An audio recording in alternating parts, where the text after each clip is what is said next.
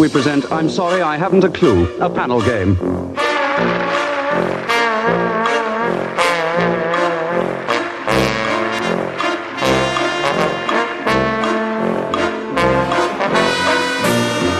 Starring the ludicrous, the very silly Tim Brooke-Taylor, Graham Garden, Joe Kendall and Bill Oddie, with Dave Lee at the pianoforte and Humphrey Littleton in the chair. I thank you.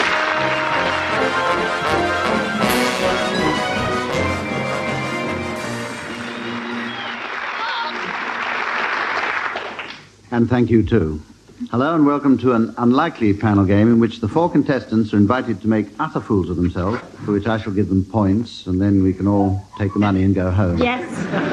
In the unlikely event of them giving us any money. The two teams are, on my left, Graham Garden and Joe Kendall. Yes. Hooray. Versus Tim Brooke-Taylor and Bill Oddie.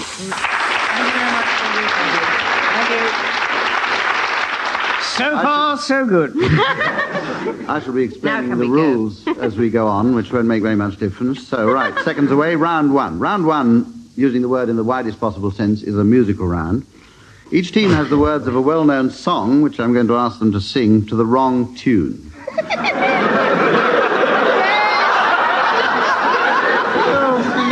I can't sing them to the right tune. So, first of all, Graham and Joe will sing the words of Three Blind Mice, which have just been handed to them, and they're going to sing them, please, to the tune of Old Man River.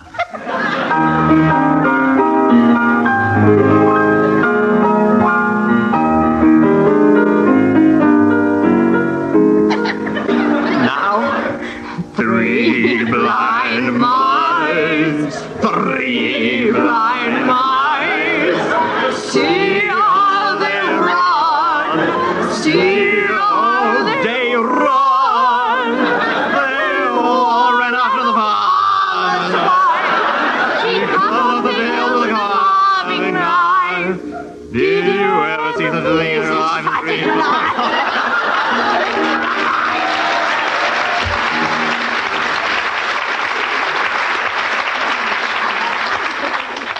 I shall be adjudicating on pitching and diction and so on later on, but now, Tim and Bill, your words. Yes. Sing a song of sixpence, sung please to the tune of These Foolish Things.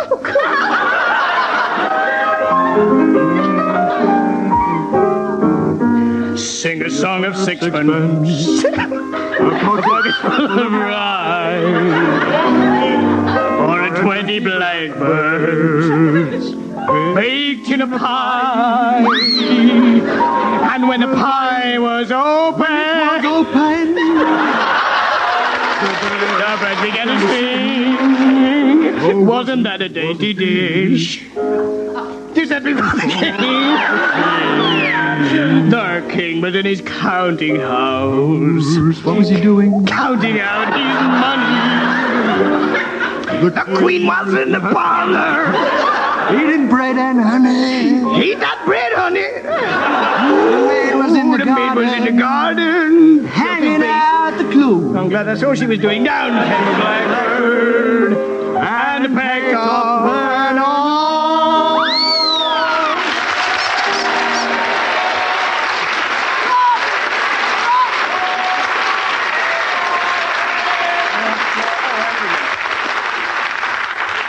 We'll have that again. I have to award marks for that. I'm inclined to award the highest marks to Joe and Graham because theirs was the shortest. But in fact, Tim and Bill brought the audience to the verge of tears with their interpretation. So they get 2 marks, and Joe and Graham get 1 for that. Right, let's go on to round 2. In front of each team, we're now going to put a piece of dialogue, which I'm going to ask them to read in an accent, which I shall give them in a moment, and they don't know anything about. Marks here will be awarded for authenticity of accent as well as dramatic interpretation. Well, this time let's start with Bill and Tim. Bill and Tim, would you please read your extract from Dr. Finley's casebook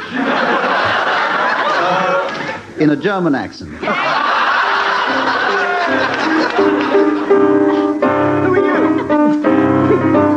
Janet? Janet. Quick sex change. Janet. Guten Morgen, Herr Dr. Cameron. Good morning, Janet. will you take a kipper with your breakfast or the new? Aye, Janet, I will. And a wee cup of tea. Okay.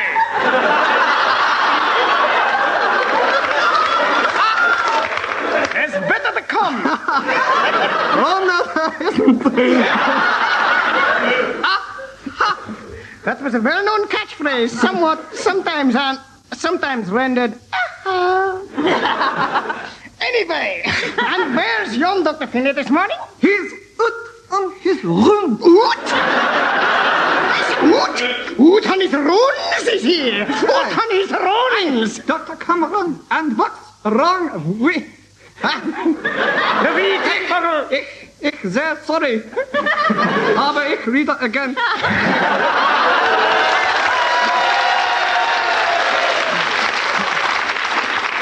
I'm cheap love. I'm Dr. Cameron, and what's wrong? And what's wrong with me? The wee tatty boggle.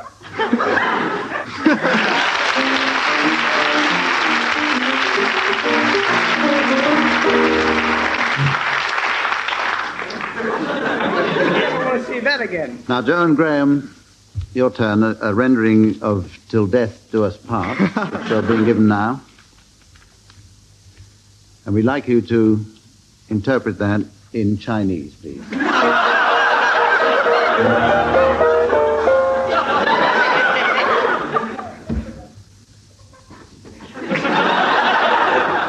You play the wife.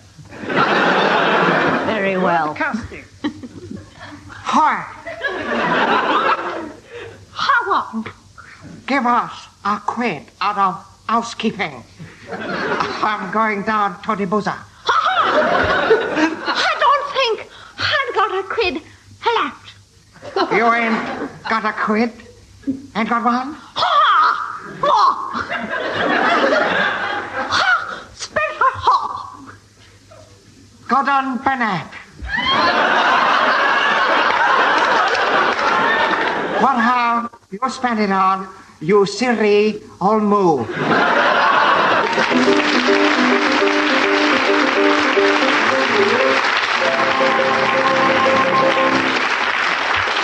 I have only one mark to allot for this one. I'm going to dock Bill and Tim for making an oblique reference to another program which I wasn't on. Joe and Graham have the one mark there. On to round 3, another musical round. I'm going to ask the two teams to sing a song for us. And Joe and Graham, your song is The Sound of Music. And Bill and Tim, I want you to give them an animal to sing it in. We choose sheep. Sheep. 1, 2, 3.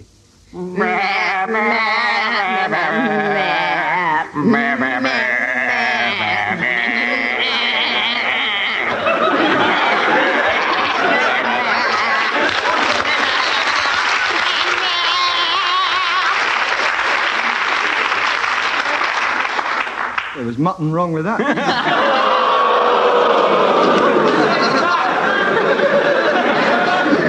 Now they will sing, I saw 3 sheep come sailing by. We'll hurriedly move on now to Bill and Tim. Your song is Hello Dolly. Joe and Graham, an animal, please. We choose chickens. You do.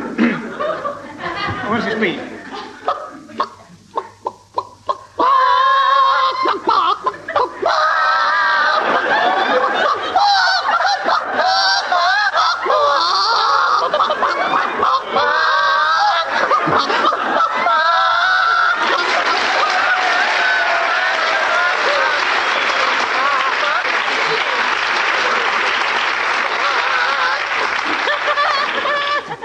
I'm going to award a danger point for that one to Bill and Tim. If you were here in the audience, you'd know why. They practically choked themselves to death.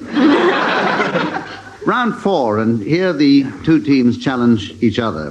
Bill and Tim have prepared an unlikely situation for Joe and Graham, who will have to improvise a scene around it for exactly 2 minutes, or until I can stand it no longer. I shall bring the scene to an end with this noise on a machine with which I hope also to beat Mrs. Mary Whitehouse to the draw. So, So I hear. Bill and Tim, will you give Joe and Graham a scene, a cast, Yeah. and 3 props? Yes, with the best luck. The place, scene, is an elocution class. Elocution class. And the characters are a sports commentator.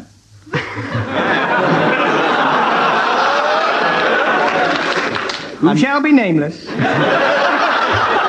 And frequently is. And a dumb blob. Hey! I'm speechless. And the 3 objects are a sticking plaster, a Liberty bodice. And a rubber duck. He means a rubber duck. Right, John Graham, the scene is an elocution class, the cast a sports commentator and a dumb blonde, and the 3 things which you have to bring into your improvised sketch are sticking plaster, a Liberty bodice, and a rubber duck. And while you're thinking about that, here's Dave Lee to set the musical scene.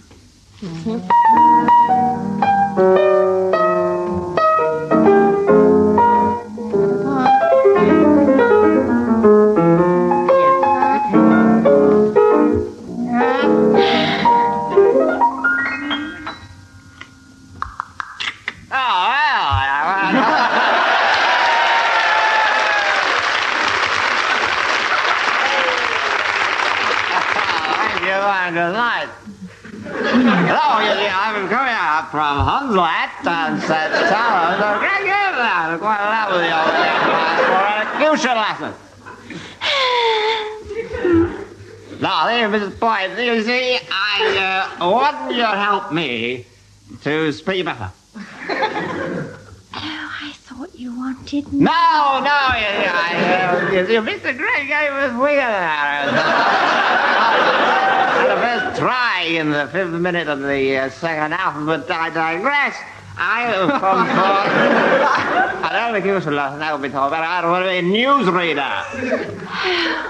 Well, I thought you were going to teach me a thing. No, I've got a job reading the news for Great Britain on the Eurovision News Contest. We'll start with, say after me, sticking plaster. Sticking plaster. And Liberty bodice and rubber duck.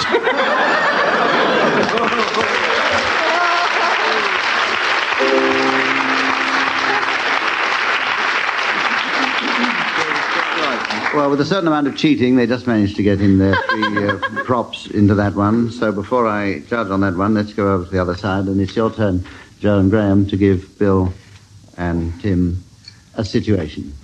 So, Joe and Graham, your scene, cast, and props, please. The scene is a TV chat show in which the host is interviewing Long John Silver, mentioning A kangaroo. nude ladies. And a tin opener. Here's the scene, then, a TV chat show in which the host is interviewing Long John Silver, and the 3 things that you've got to bring into this sketch, if possible, before it ends, are a kangaroo, Bring him in up. nude ladies, and a tin opener.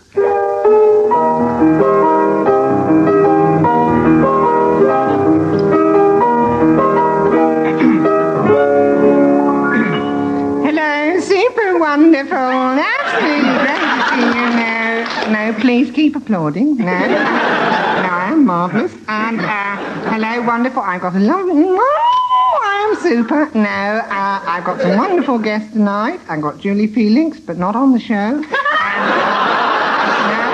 there are several great guests. First of all, I'd like to introduce you.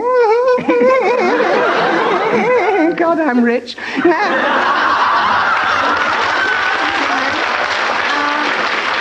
Thank you. American audiences are much nicer, thank you. I'd just like to say, give a big introduction to Mr. Where are my notes? where's that researcher? Shoot that researcher. He's done all the work. Shoot him. Now, I'd like to introduce that wonderful, warm human being, Mr. Long John Silver. Good evening. Good evening. I am Long John Silver. I know I may not look like Long John Silver. In fact, I have 2 legs. I know that isn't the normal Long John Silver, but if you like, I'll make it look a bit more authentic. Hang on a minute. Have you got that saw? Thank you. Jim Black.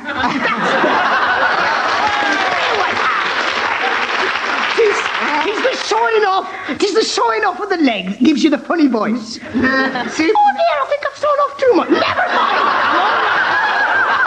More than the leg I sawed off. See, Mr. Silver, or can I call you Long or John? Or Black Jack, or just... Call me Long Johns. Me father worked in underpants. Never mind. And what a mess he made tonight. Now, thank you, Long John, and I'd like to ask you why you've got that kangaroo on your shoulder. And the next thing I'd like to ask you is... No kangaroo. Tis a parrot and he's hopping mad. Yes, I'm sorry. Now, Mr. Silver, I'd like to ask you, on a desert island, do you see many nude ladies reaching out? Stop him. I think we're being stopped. He's unstoppable. You reach the end of your 2 minutes. 3 marks for characterization, minus 2 marks for not getting any of your words in, and minus another one for total insubordination. Joe ceased to be a dumb blonde at the very end of her sketch and had to rush her a little bit to Joe and Graham. And we have now round 5, which is the familiar word association game in reverse. I'm going to give each team in turn a word to start them off, and they must come up with a word which has nothing whatever to do with it. And what's more, they must keep coming up with unconnected words in rotation, either until we all fall asleep or until the other team challenges them, in which case the other team has to prove a connection between the words. We have a hyphenated word coming up first, which may be cheating a little bit, but never mind. It goes to Joe Kendall, and it's stomach pump. Ostrich. Bandage. Exit. Curtain. Hydrochloric acid. Idiot. Persuasion. There's a challenge there from Tim Brooke-Taylor. Only an idiot would take hydrochloric acid.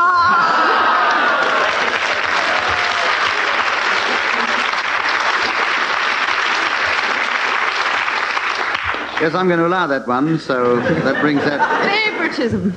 chain of idiotic words to a merciful end. And we go over now to Tim and Bill, and your word to start you off is rhubarb. Elephant. Jeep. Egg. Mother. But I'm not prepared to go into it.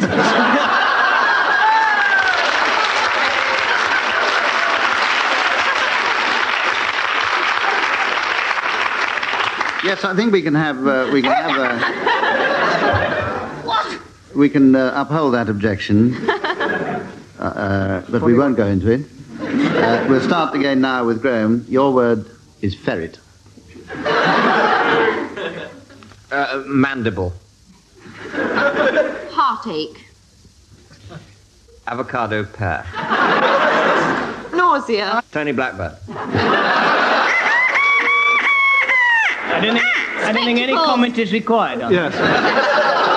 We've already used him. And I'm going to uphold that one too.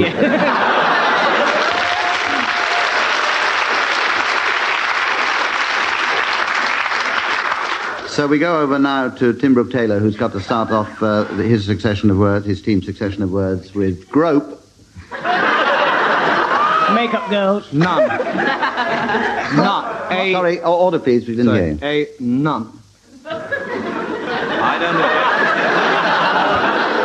know. Lovely thought. Paralyze the opposition with that. Pomegranate. There's a challenge there from Graham Garden. You've got to justify a connection Yes. between nun and pomegranate. There's a Sicilian order of nuns. You can tell he's lying in the already. mountains. This is true. True. Who grow all the pomegranates for the mafia.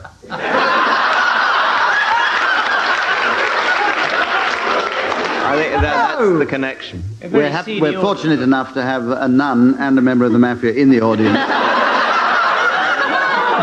who are both shaking their heads vigorously, so I don't uphold that one. So, Bill Oddie, will you continue with pomegranate, please? Yes, pomegranate. Pomegranate. Pomegranate. Pomegranate. Whalebone. Microphone. Miss World. Green light. Hamburg. Challenge from Graham Garden. Connection between green light and Hamburg. Nonsense. No. No. The opposite of green light is red light. So, that's the end of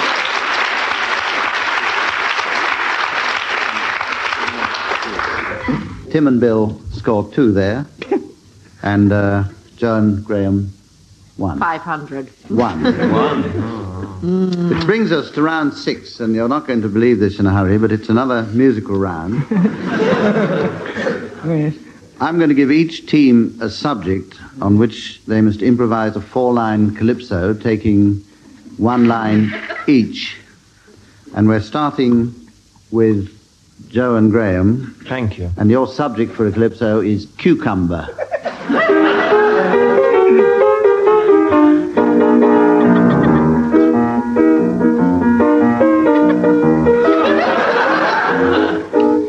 I ate a cucumber the other day. When I'd finished, I felt in a funny way. My mother said you shouldn't eat that.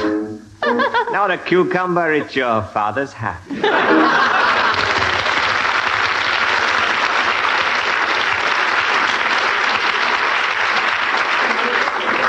Sorry. 1 mark for reaching the end of that one. Intact. Phil and Tim, your word is armadillo. In my bedroom, I'm an armadillo. And I put my head upon a pillow. And every night, I have a funny dream. And then I let out an armadillo scream.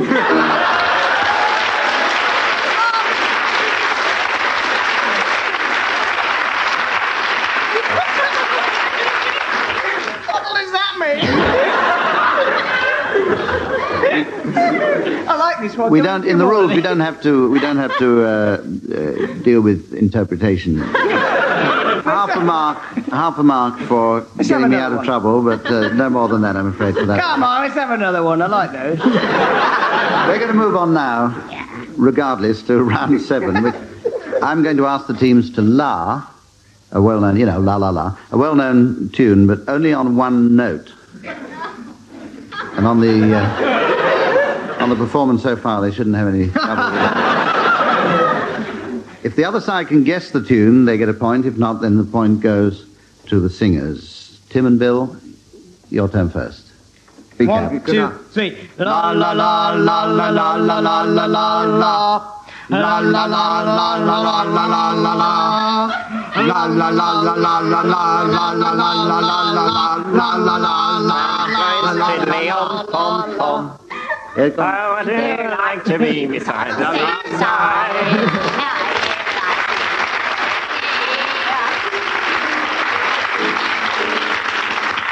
I should have said at the beginning of this round that if the audience here like to join in the chorus, they want their heads examined. Graham, your turn to la your tune, please. 1, 2, 3. La la la la la la la la la la la la la. Got it! That was the German entry in the Eurovision Song Contest.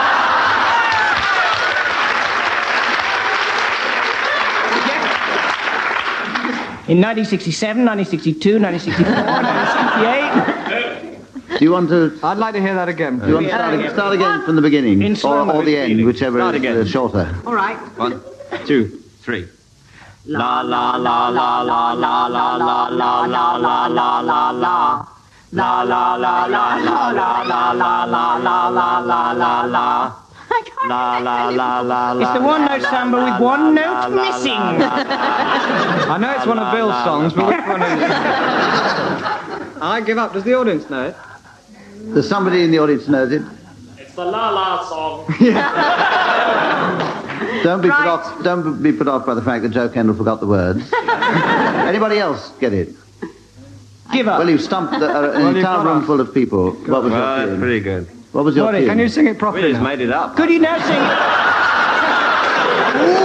Can you sing Instant- Can you sing it properly, please? What was Give that? us a I tell you, clue. it was See, we God can rest make ye merry gentlemen. La la la la la la la la la la. All right, that's, yes, thank you. Thank you.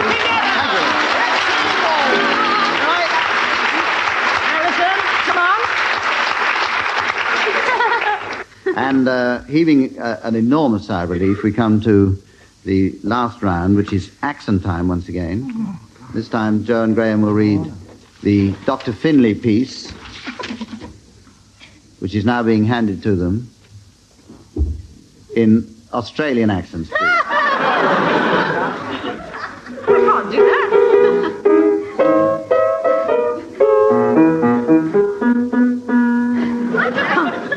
Good day, Dr. Cameron. Good day, Janet. Will take a kipper for your breakfast, the meal. Aye, Janet. I will. And a wee cup of tea at 12. Oh, aye.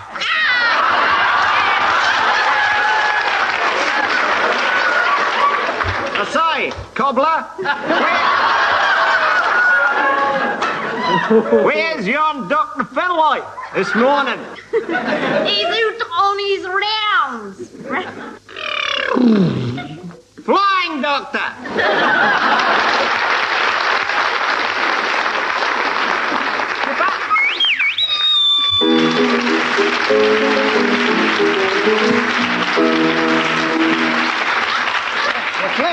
Frightfully noisy. That was horrible. The Australians, aren't they?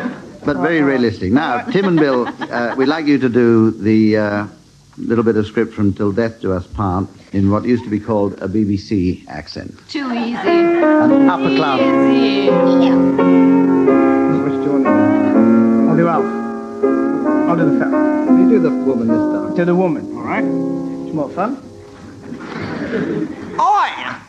Look, give us a quid out of the housekeeping. I'm going down to the boozer. Yeah! I don't think I've got a quid left. You ain't got a quid. Ain't got one? Well, I spent it all. G. Bennett, Esquire.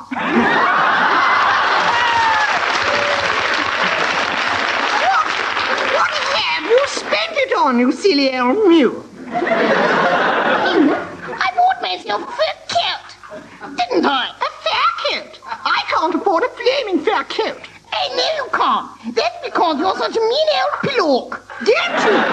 Don't you call me names, you old rot bag. You never buy me anything. Where did you get that sanguinary money from, eh? I mean...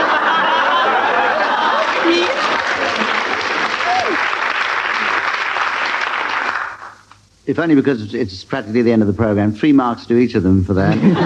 Brings the score, if you're interested, to Graham Garden and Joe Kendall, 11. Bill Oddie and Tim Brooke-Taylor, 11. I think we better have a play-off. So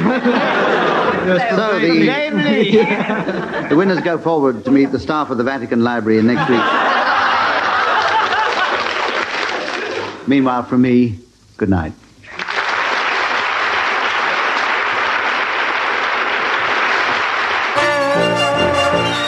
Littleton quite rightly opted out there on behalf of Tim Brooke-Taylor, Graham Garden, Joe Kendall, Bill Oddie and Dave Lee at the piano. This so-called panel game was devised by Graham Garden and produced by David Hatch.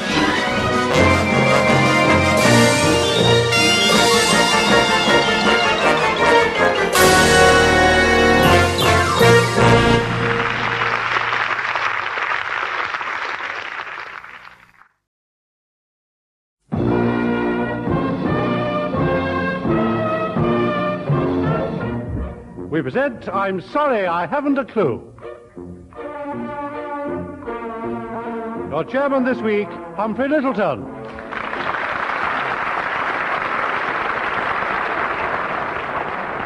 Hello again, and once again we start straight into the first round, which is called Singing Sprint. In this round, a member of one team sings a song as fast as he can, and then a member of the opposing team must beat his time. And we're going to start with Graham from one team and Tim from another, and your song is Moon River.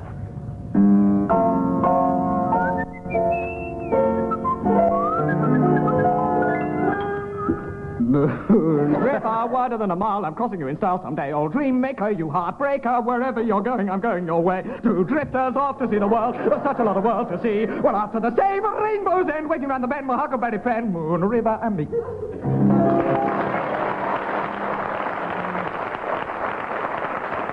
Yeah, good effort there. Good effort there with 14 seconds. Now, Graham Garden, see if you can beat that. Of course. All right.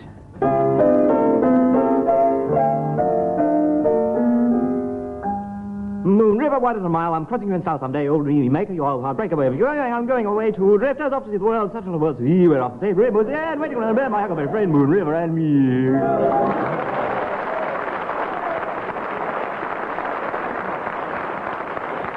Yes, you win that one, that round with an absolutely fantastic 10 seconds. Fantastic. Now, Bill, this is your chance to catch up for your team because you and Barry are going to sing The Lonely Goatherd from The Sound of Music. Are we really? One little girl, let's play a pink coat head, yellow, lady, she go back to the lonely goat head, yellow, soon my mom with the gleaming goat head, oh, the green goat head, what about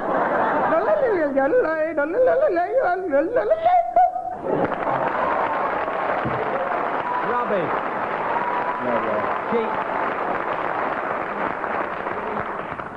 That was 15 seconds, excluding injury time. Barry, your turn to try and beat that. You've got to beat 15 seconds. One little golden pelt, pink goatherd lady, a little lady dee, she yelled back to the only goatherd lady, dee, shone him out with the flaming goatherd lady, dee, what did you add for golden goatherd lady, dee, oh, lady, dee, I finished, it's the chorus. Oh, yeah. Oh, yes. Bill, a dead heat there. Dead heat there between you and 15 seconds each. Thank you. Very, very good. And we go on to the point in the program where I introduce a round that's played at the very end of the program in order to give the teams time to think of silly names for people arriving at the military ball. Now we have the round which is called Garble. And for this round I'm going to give each team a situation to improvise, but the improvisation must be in garble. In other words, you must use no recognizable words. And we're going to start now with Barry and Graham, and your situation is this.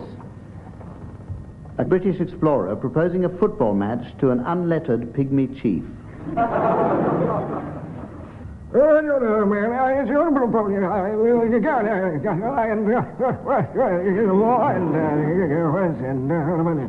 Whoa.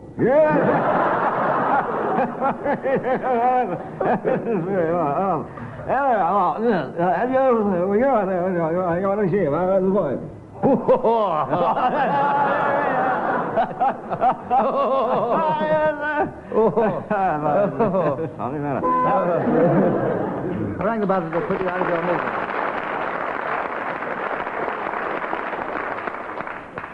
The marks in this round will be decided on the volume of applause from the audience. That before they clap.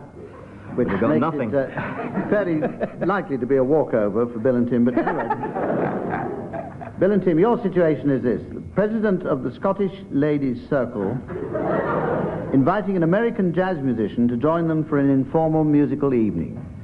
Tim is turning into a lady before my very eyes.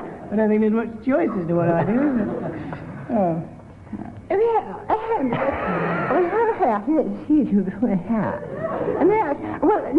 You're black. Yeah, well, I don't want to do my... Oh, don't worry about it. There's nothing. Oh, well, now, this one... Oh, well... Come on, you won't go, you know... Well, it is... Baby, don't be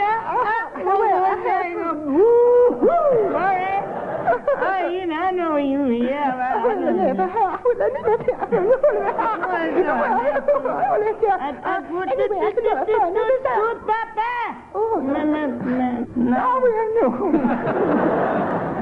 Oh, thank you.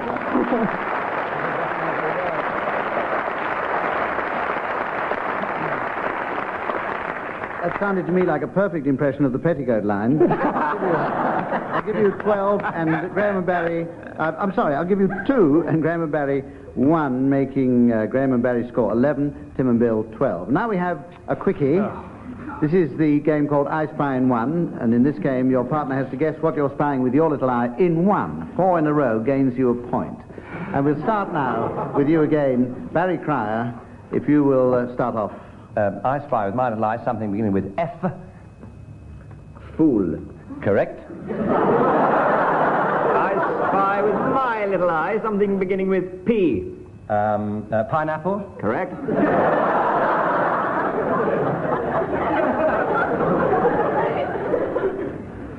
I spy with my little eye something beginning with Buzzer. Yes. Near enough. Something beginning with buzzer. I spy for a winning round with my little eye something beginning with C. Church. Right.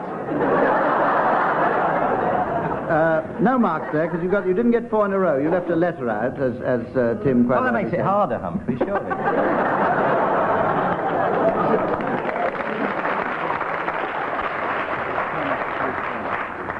I wouldn't know about that. Now, Tim and Bill. Tim and Bill. Bill, will you start with your team? Yes. I began, no, I sometimes finish, but not often. I spy with my little eye something beginning with P. Pineapple. Yes. I spy with my little eye something beginning with B. Blue pineapple. Quite right. I spy with my little eye something beginning with T.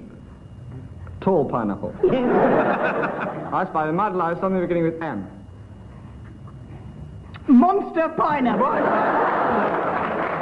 Yes. Well done. Really? Well done. You get your mark.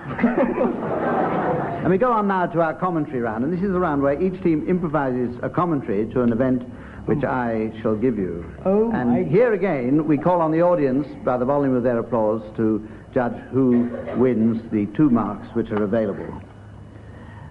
Starting with you, Bill and Tim now, will you give a commentary, please, on bathing the baby? Well, over near the taps, the baby's coming out now, and it looks as if it's going to be a bloodbath tonight. And how do you feel? And the baby's down the far end, and he's given a right to his foot, and a left, yes. And wait a second, the mother's coming in with a right fist, and she's going to clean the back. And oh, what a nasty sight! He looks as if he's in trouble now. The baby's in trouble. He's fallen. He's down. He's flat on his back. Oh, that's the end of the round, and now over to Barrington Fops to tell us an inter-round commentary. Well, this is probably one of the most interesting baby bathings we've seen for a long time. Since, in fact, I saw Mohammed baby not very long ago in Madison Square Bath. And that was one hell of a bath, I can tell you. It really was. And I think we're coming out for the second round now. The mother's up. Over to you, Barrington. And the mother's moving in, and she's got a loofah. Yes, oh, that seems a bit unfair. She's got a loofah, and what's she doing to the baby with? Oh, I think that's a bit unfair. That's a bit low. That loofah was blue, in fact. Oh, dear, the fight's been stopped. The bathing's been stopped. The bathing's been stopped. Oh, dear. There's been a cut on the right side. Oh, we're returning.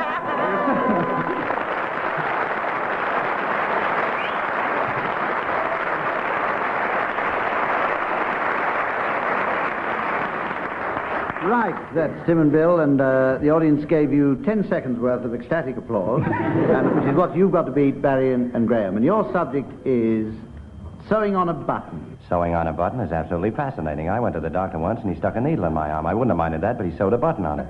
This is ridiculous. So we watched the event in front of us. One lady's got the needle, the other doesn't seem too pleased either. I'm going to hang over now. Ever since I had my nose fixed, my mouth won't work. I'll hang over now to Barrington Garden. Thank you. Quite a crowd the also says there's quite a bit of needle in the ground, but she's sewing on a button. You're very sewing on a button for Great Britain last year. One on it's a button, and she's got the needle and the thread going out. Come on, Steve, he can talk about hangovers. Back to you, Groucho. I've never seen such a needle as this. It's the only one I've ever seen with an eye that's bloodshot. Anyway, we keep on watching this event. We watch this event, the needle's going into the button's going onto the needle, but who am I to point the finger because I'm just standing here watching, and that's my king, so don't talk about it. I'm here to commentate on a needle going into a button. I think it's being quick, yes. It's really going in there. I think the button's going on, and for the final climactic moments, over to Garden Barrington. Full marks there. And the button is definitely only winding around the thread, and oh, look at that. And that's a very good try, and that's 1 point to the needle, and that's the end of the match. Thank you, and back to David Vine. I second that.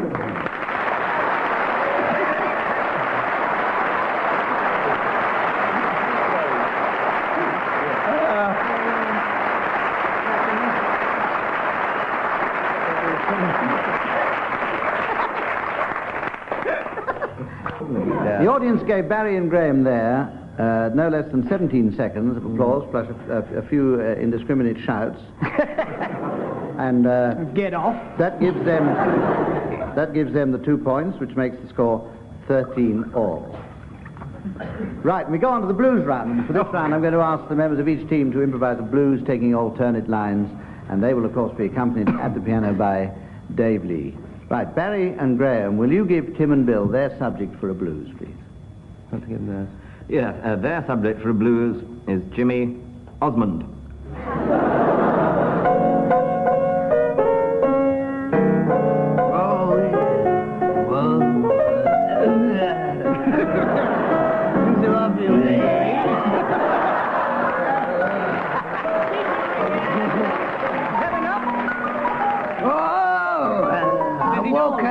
This morning,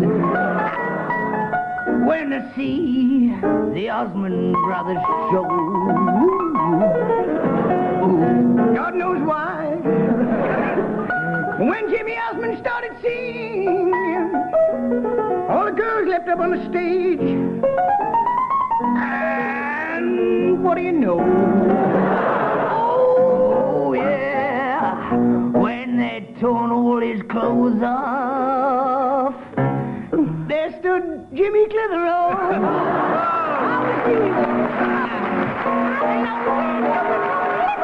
That's enough of your singing, Jimmy. Jimmy, shut up. Right, now, Tim and Bill, your Notice the turn. resemblance, don't they? Yes. Your turn to Look at the give grey hairs Barry on and the Graham legs. their subject for a blues. The subject that we've got for them is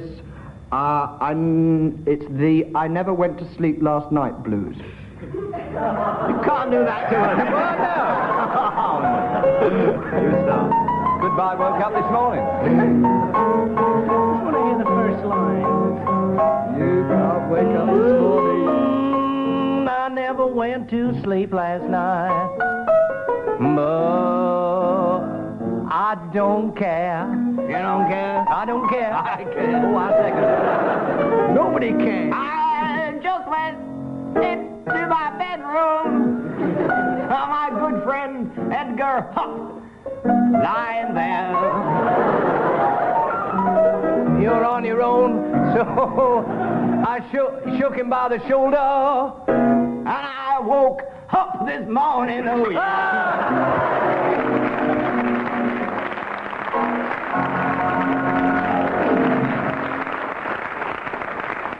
Well, I was all set to give you 83 marks for avoiding I woke up this morning. As it is, we give Graham and Barry 4 marks, and oh, what the hell.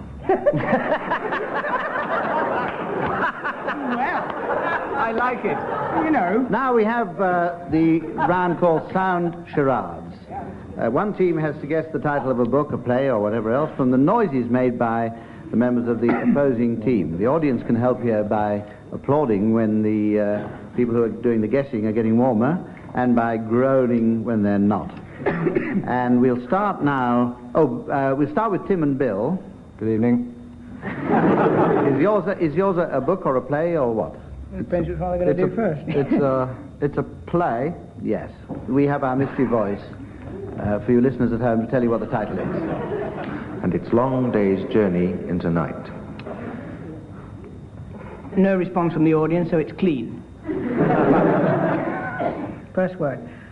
Note the accents, it's a clue. Here at a slum. A slum. 2 and 2 make 5. No, that is incorrect. Incorrect? Yes, it is not light. In fact, it is... It's not light? No, Well, what is it if it is fact, incorrect? It is, in fact, ha-ha. Long. Long. Right. The second word. Oh. Oh.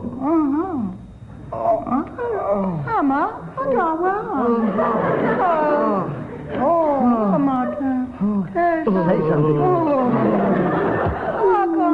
News in Welsh.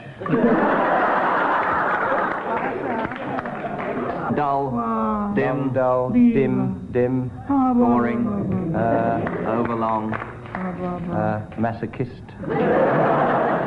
We're acting being in one.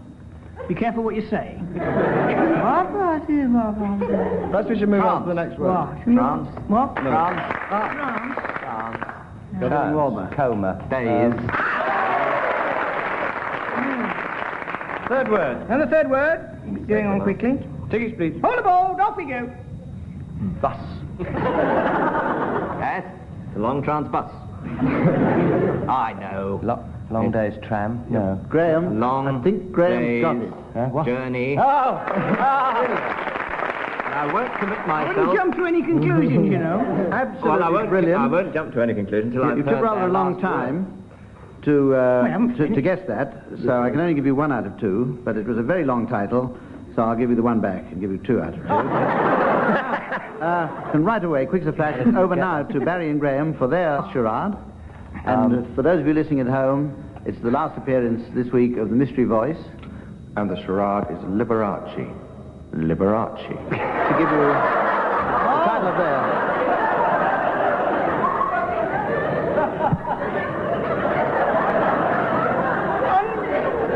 This is this a play or a film? It's or a coniferous plant. But also... A famous person. Famous person. Coniferous plant? But mainly a famous person. The mainly audience a famous seem person. dubious about whether he's famous or she's famous. This person is famous and mainly for not being a coniferous plant. There is 1 word on the card, and there it is in pieces. Equal opportunities for women. Paragraph. Pankhurst. Ship. Ventriloquist. Vent come into Dummy. this anyway. Dummy. Archie. Liberace.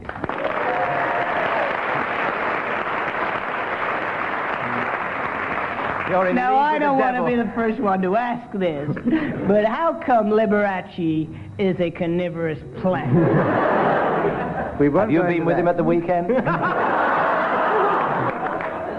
I don't know how you did it, but Bill and Tim, you succeeded in scoring 5 for that entire round, bringing your score to 17.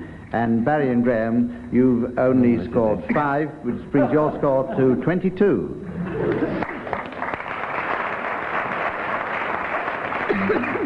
Now we have the game called tag wrestling. In this round, I'm going to give each team the payoff of a story. The members of each team will have to devise a story to fit their particular payoff. I shall then start one of you off working towards your punchline, and then I shall press the buzzer, and a member from the opposing team will have to take over that story but work towards his punchline, and it should be absolutely gripping. Now, we start with Tim and Bill. Yeah. Here's your punchline. That's not your handbag, Vicar. Whispered the croupier. Not your handbag. Yours contains Mrs. Worsthorne. Well, I know right. the story. While you're memorizing... It's very fun. I don't think Barry we and can Graham, here's your punchline. Oops-a-daisy, sweetheart, said the Colonel, dismounting from his rubber duck. You know mine are red.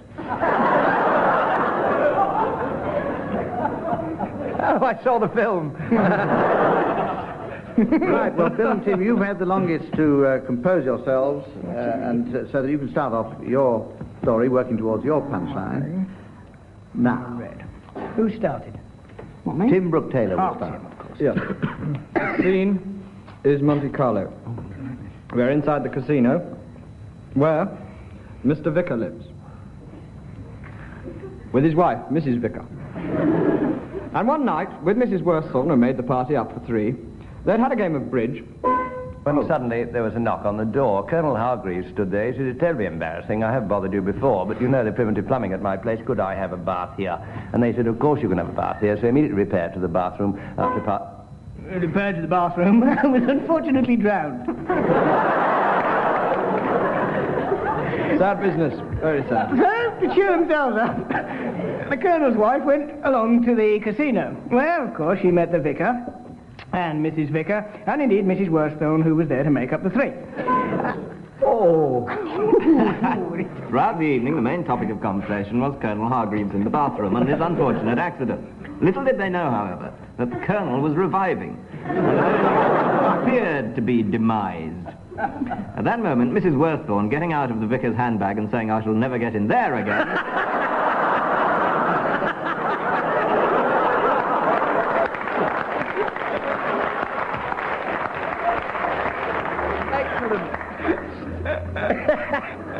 said, "Good evening, folks."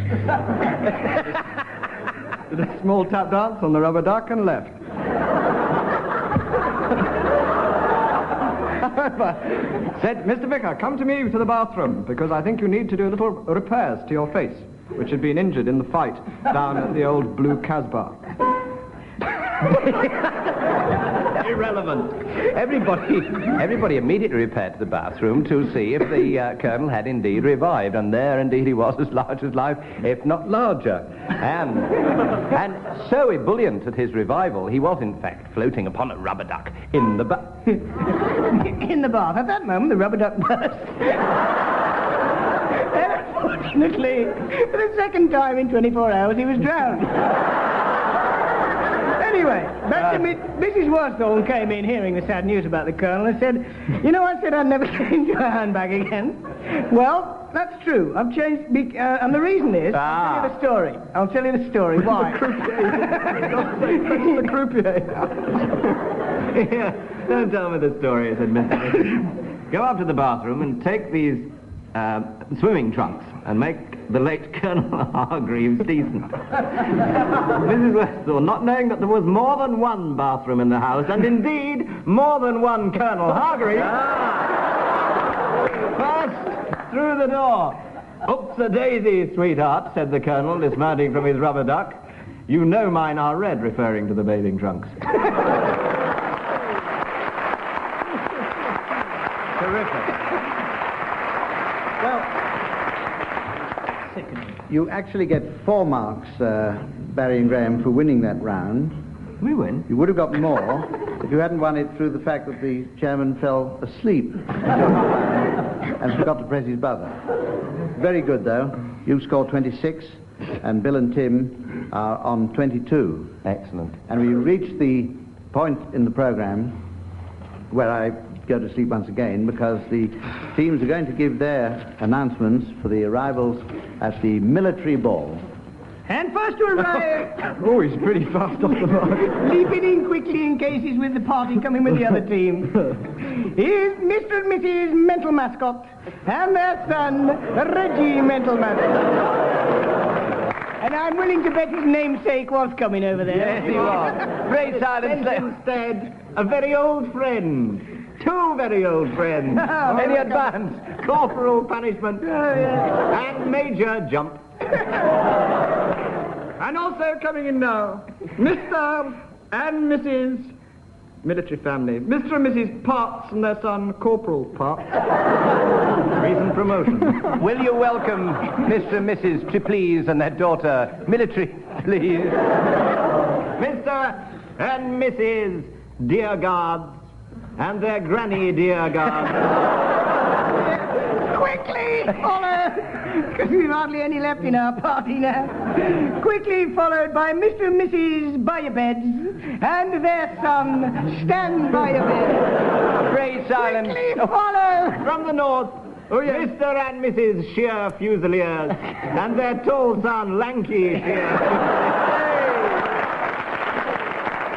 Mr. and Mrs. Carrier and their aged relative all the way from Treasure Island, Ben Gun Carrier. Followed by two more. They're not that welcome. Get out. Followed by two more from the north, Mr. and Mrs. Aircraft Gun and their relations, their uncle and auntie Aircraft Gun. Major and Mrs. Croom Ballards and their son, Barry Croom Ballards. Croom Ballards. With the score... Also coming our way, They're a very slow Arthur Sword. and his parents, Mar and Pa Sword. With the score delicately poised. At 39 to Barry and Graham, and 31 to Bill and Tim. Mr. and Mrs. Mobsuit and their daughter Dee. 40 to Barry and Graham. Mr. and Mrs. Tearcut and their son Shaw Tearcut. And Kit Bag. Oh, we're going to scrape the barrel. Mr. and Mrs. Gunn and their two sons, Tommy and Sten. Mr. and Mrs. Parade with their relative all the way from India, Sikh Parade. We come to the end of the programme this week.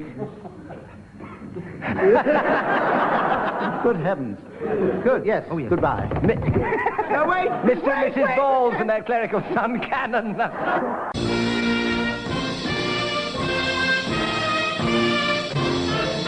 Barry Cryer, Graham Garden, Bill Oddie and Tim Brooke-Taylor were being given silly things to do by Humphrey Littleton, with Dave Lee setting some of them to music. Production was by John Castles.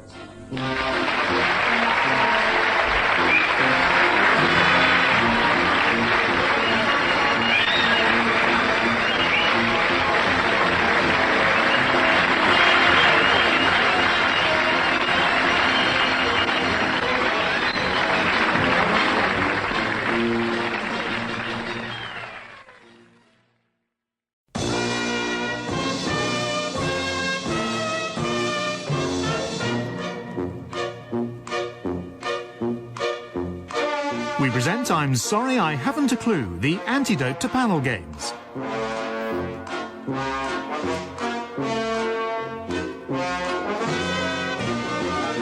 At the piano is Colin Sell, and your chairman is Jack D.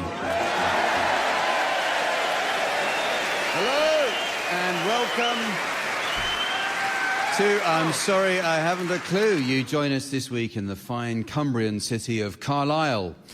The name Carlisle is derived from two Gaelic words, car and Lyle.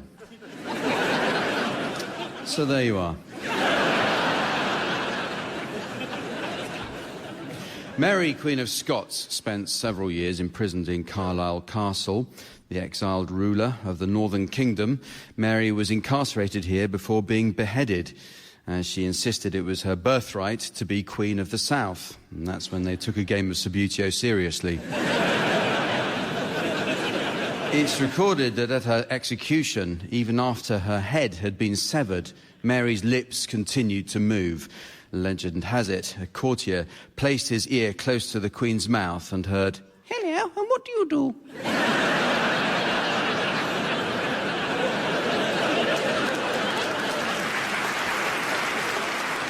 The county of Cumbria is, of course, famous for its Scafell pike.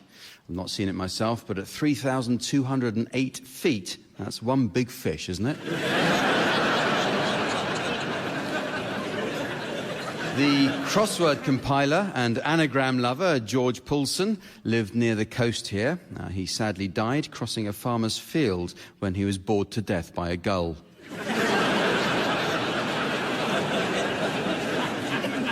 If anyone could explain that joke to me later, I'd be grateful.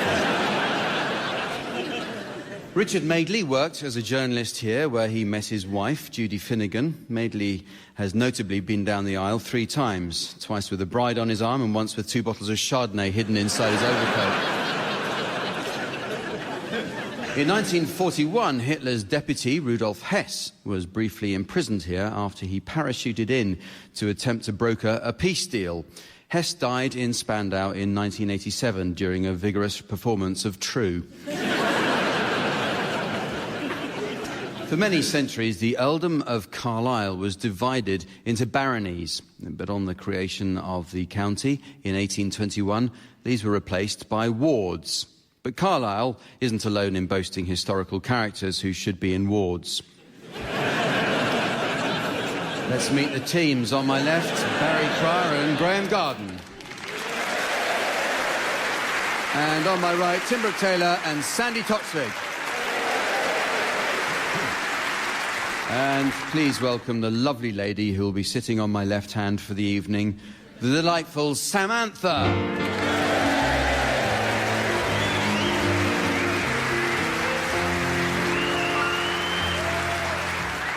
Okay, our first round looks at the world of cinema. Tim and Graham should be good at this, as they wrote and directed for the movie legend Orson Welles. Sadly, their version of The Third Man failed to make it to the screen, so we never got to see how, instead of being chased down the sewers, Harry Lime is captured when the Ferris wheel is knocked over by a giant kitten. Tim and Graham went on to develop sequels to several classic movies. There was Jaws 4, where the New England coast was this time terrorised by a giant kitten. Titanic 2, where the ship is saved after an iceberg is sunk by a giant kitten. And, of course, the return of Jesus of Nazareth, when the stone is rolled away from a cave to reveal the Son of God is, in fact, a giant kitten. Many famous movies have sequels, teams, but what about prequels? I'll ask you to suggest titles of movies that might have preceded some well-known films. Barry, can you start? Hello, Mr. Chips. Tim? Those magnificent men in the departures lounge. Sandy? Schindler's Search for Pen and Paper. Graham? I wish those lambs had shut up.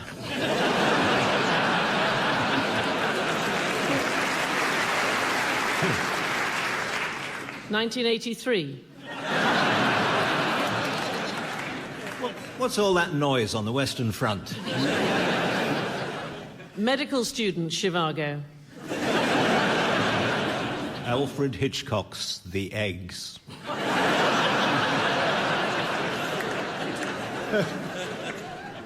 The eagle has taken off. Eating Baby. It's the prequel to Bringing Up Baby.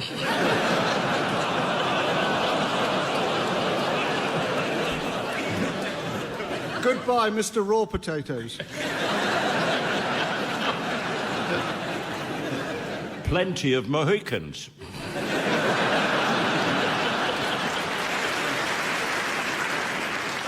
Well, the next round is called One Song to the Tune of Another.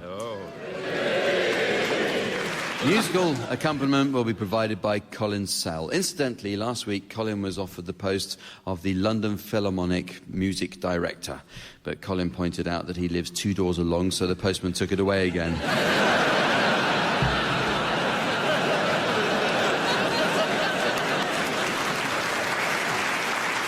So we'll start with you, Sandy. I'd like you to sing the words of Feelings to the tune of the Can-Can.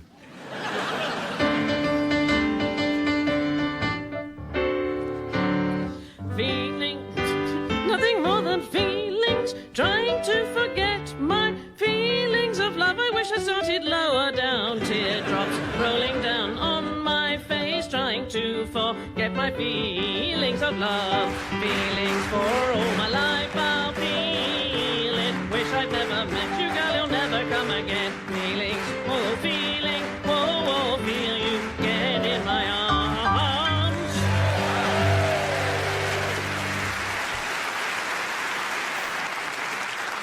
Thank you, Sandy. Well, you now, Tim, and I'd like you to sing the words of Bob the Builder, Can We Fix It?, to the tune of the habanera from Bizet's Carmen.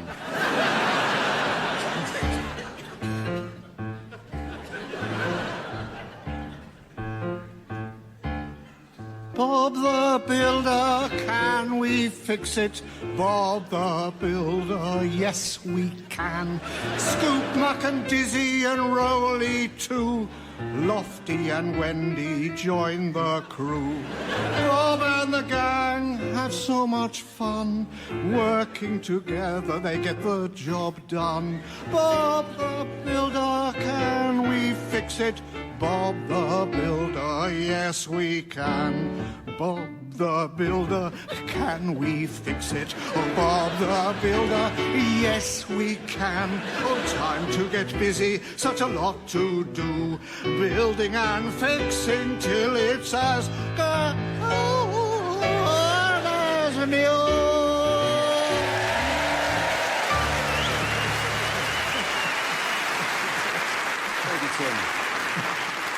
Thank you, Tim. In case you've just tuned in at home, I should say this is I'm Sorry I Haven't a Clue that you're listening to.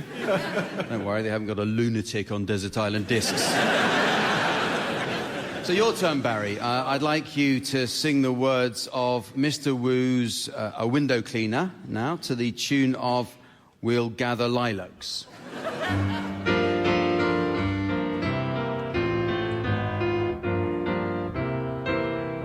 Mr. Wu no longer has a laundry. Sad to say the business was a flop. He shouted what a hope as he chewed a bar of soap and then put up the shutters of the shop.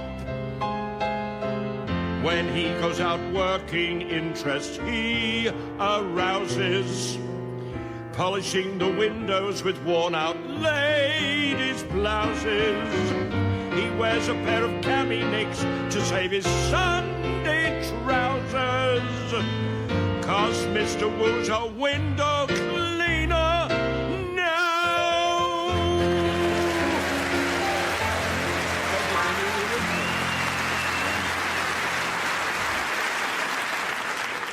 Well, thank you, Barry. Graham, now, I'd like you to sing the words of I Don't Like Mondays by the Boomtown Rats to the tune of I Want to Be Like You from the Jungle Book.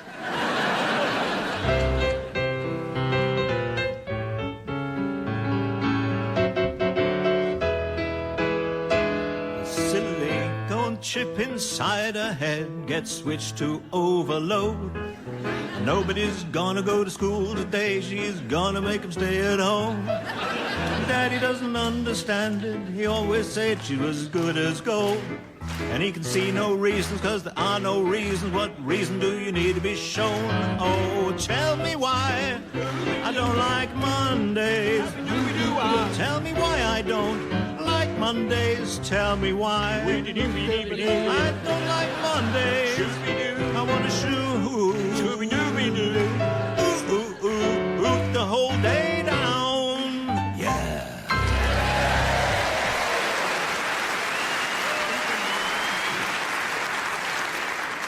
Well, we move on to a round about sound effects now. High-quality radio production relies heavily on the subtle use of appropriate sound effects. Don't you agree, teams? Yeah. But sound effects are rarely what they appear to be. A broken umbrella going up and down makes the noise of bats' wings flapping, while a bit of old rope is what you and yours sounds like. The teams are going to retell a well-known story, while the other team will play in random sound effects, which the storytellers should incorporate into their tale. So Tim and Sandy, your story is Little Red Riding Hood, and you'll be providing the sound effects, Barry and Graham. So please, off you go, Tim and Sandy. One morning, Little Red Riding Hood decided to visit her grandmother. She went out into the forest to collect some mushrooms to give to her grandmother. Suddenly, something appeared beside her. It was her neighbour who had terrible irritable bowel syndrome. Fortunately, she was friendly with the neighbour and left her well behind. As she was picking one of these mushrooms, again beside her appeared... Her father. Ah, you're back from the pub, she said. I'm going now to visit Grandma. She picked up the mushrooms, put them in her basket, and set off gaily down the wood. Suddenly there was a storm. She was terrified. She decided to take shelter under the biggest toadstool you've ever seen in your life. Someone else was taking shelter there. She wasn't quite sure what it was. But it frightened the living daylights out of her. She ran as fast as she could. That is quick. Yes, it is, she said. I'm a quick little girl. See how I do this.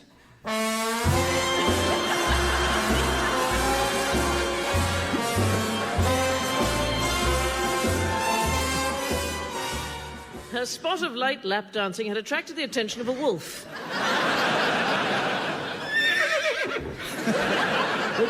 The wolf was a little horse, you know. However, he said, "All right, little girl, you carry on your way." She left the wolf behind, and not a moment too soon. But now she was disorientated and couldn't remember which one was Grandma's house. So she got to a woman selling cosmetics. Excuse me, she said.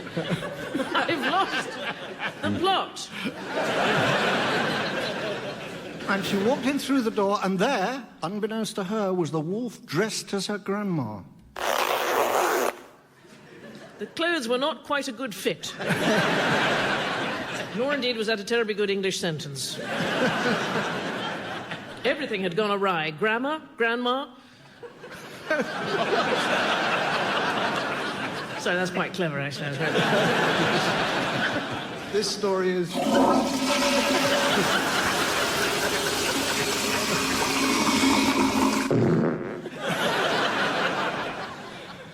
My, what big eyes you've got, Grandmama.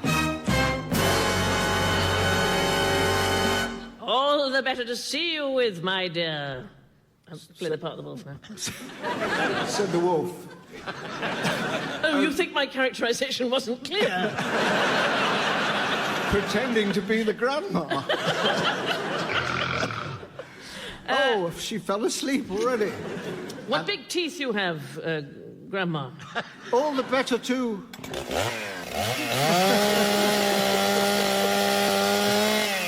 Chop down this handy tree. Make a fire so that I can cook something delicious for my lunch. I wonder what it might be. Oh. That was breakfast. This is a repeat.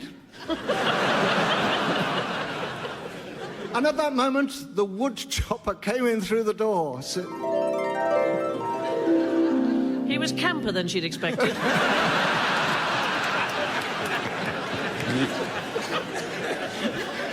He had an axe all covered with sequins, and yet... Fortunately, the police arrived just in time to take the wolf away. And they all lived happily ever after. The end.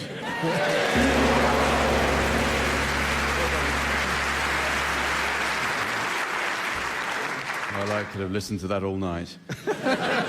Let's move on. Anyone who's ever made a radio show will tell you the most important aspect in getting it commissioned is a catchy title.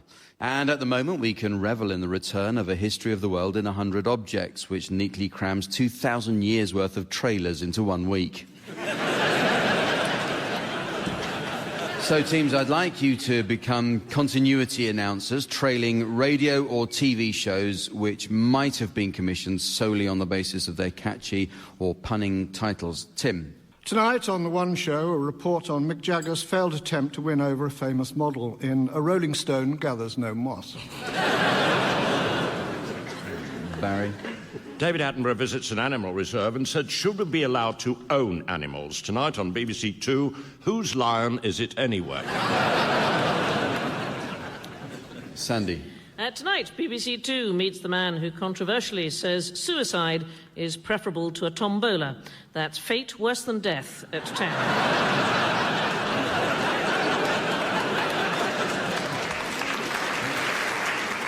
Graham.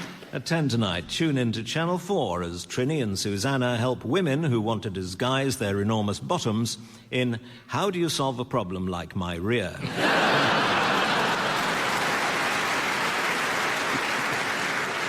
Tonight on 4, we travel to Africa, where white farmer Frank Lee tells why his deer are not watered properly in Frank Lee, my dear, I don't have a dam.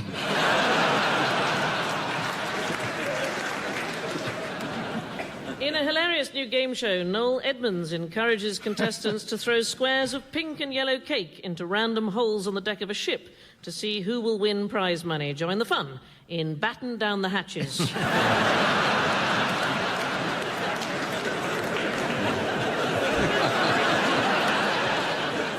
At 6 o'clock this evening, Geoffrey Archer, Michael Winner and Piers Morgan join Alistair Campbell for Vile on 4.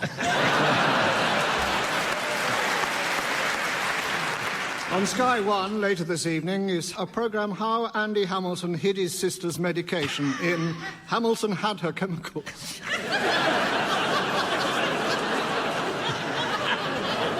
At 11 o'clock, BBC Two's popular Boogie Woogie pianist returns with a history of the restaurant told in song. Don't miss Waiter with Jules Holland. Overweight and bisexual, don't miss By and Large.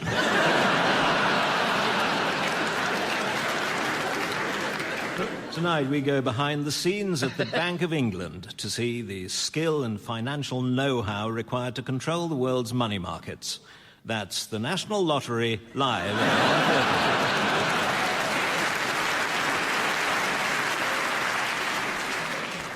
As we were coming all the way to remote Cumbria for this recording, we were worried that we might be a bit out of touch, but as soon as we got off the train, Barry quickly found 3 bars on his mobile.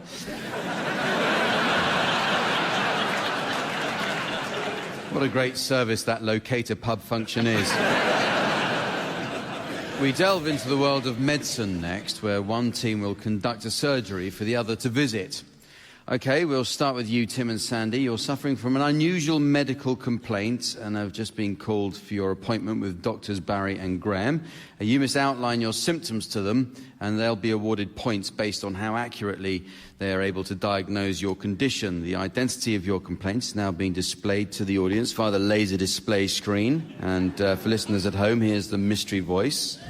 They're partners in a hung parliament coalition. They're partners in a hung parliament coalition. Right, Tim and Sandy, start outlining your complaint now. Morning. What seems to be the trouble? Shall I go? No, please, you start. No, honestly. No. It's all right by me, no. Okay. I'm very glad that you may have a problem. You seem to get on awfully well together. Yes, we do. Well, yes, yeah. I mean, not always. Now. How long have you two been together? Less time than we'd ever expected. Yes. Together is not exactly the right description. Well, how would you describe it if not together? Miles apart. Yes.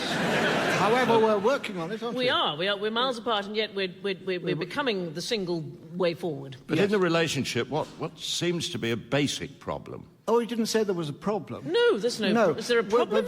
No, I don't think so. No, it's after not. you. We don't have. No, honestly. We don't have a problem. It's more that we've inherited a problem. Yes. So why have you come to see us? Exactly. You tell them. Well, can I say I like your tie? Thank you very much. I like your press. We should swap ties. So we could. I think we could swap, and hardly anybody would notice.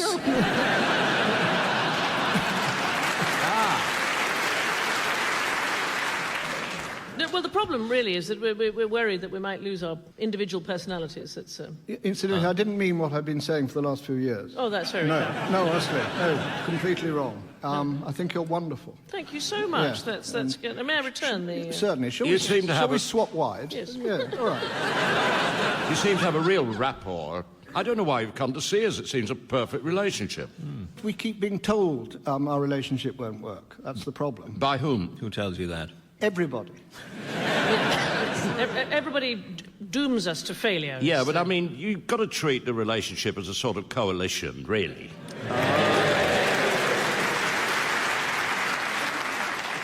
mention that my friend is incredibly well hung? I think they can see for themselves. Was it right, though? We're Yes. partners in a hung coalition, yes. Yes, indeed. Okay. So now it's your turn to be the patients, Barry and Graham, and you've just been summoned into the surgery of Dr. Sandy and Dr. Tim, and the identity of your mystery medical condition will now be displayed to the audience, while here again is the mystery voice for listeners at home. They're Daily Mail readers. They're Daily Mail readers. So off you go, please, Barry and Graham. Hello. Oh, yes, come in, do sit down. No, don't put yourself out. Sorry. What a world we live in. No manners or anything. You just say good morning. I think I can see the problem. Yes. You've got a Barry Cryer syndrome. Honestly, do sit down. The seats are wiped clean. Oh, thank you so much. Yeah. Yes, they are. Absolutely. Yeah. They've been wiped by servants you've got, have they, the seats? People coming over here and wiping seats. Well, we've got seat wipers of our own. Yeah. Have you got a problem with visitors to our country? We live in a state of perpetual fear, really. Yeah. Of blind panic. Is there anything good you can say about this country of ours? Very little at the moment. Very little. Very little. House prices. House prices, yes. One good thing is that scientists have discovered that money gives you diabetes.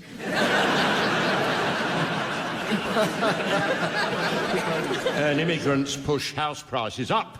Yes. You couldn't make it up. Didn't. You know, Richard Littlejohn would probably agree with you. Yes.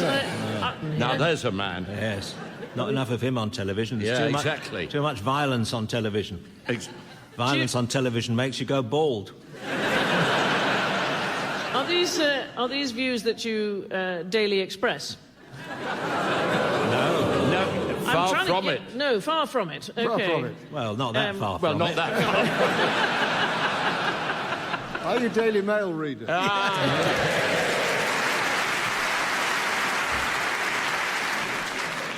It's very nearly the end of the show now, but there is just time...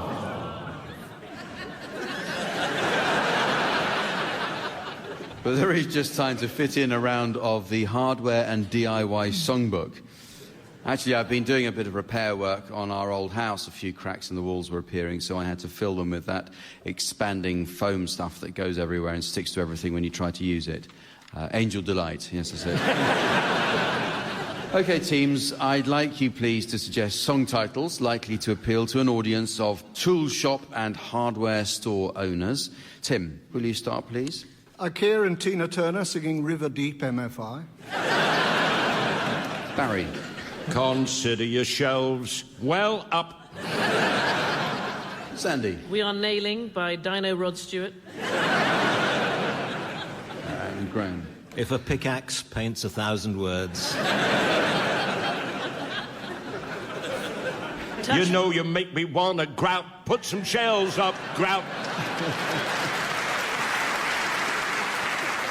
Sung by Hinge and Brackett.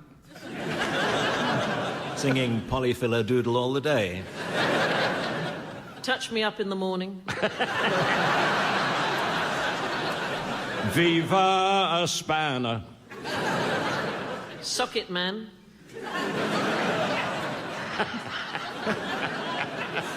The Kids Araldite. Got myself a swirling, twirling, thrilling, drilling, cordless drill.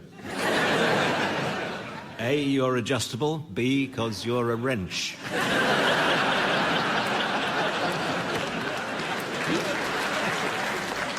Tack my bitch up. Dadu Ron Seal. It's my putty and I'll cry if I want to. And so, ladies and gentlemen, as the Toyota of Time crashes through the showroom window of destiny and the car dealership of eternity spots the flaw in their faulty brake recall program. I notice it's the end of the show, so from the teams Samantha, myself, and our audience here in Carlisle, it's goodbye. Goodbye! Barry Cryer, Graham Garden, Tim Brooke-Taylor and Sandy Toksvig were being given silly things to do by Jack D, with Colin Sell setting some of them to music. The programme consultant was Ian Pattinson and the producer was John Naismith.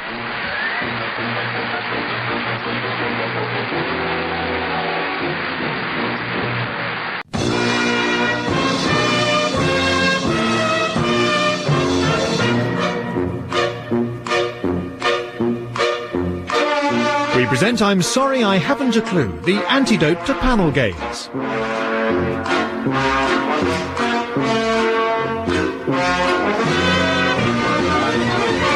At the piano is Colin Sell and your chairman is Humphrey Littleton.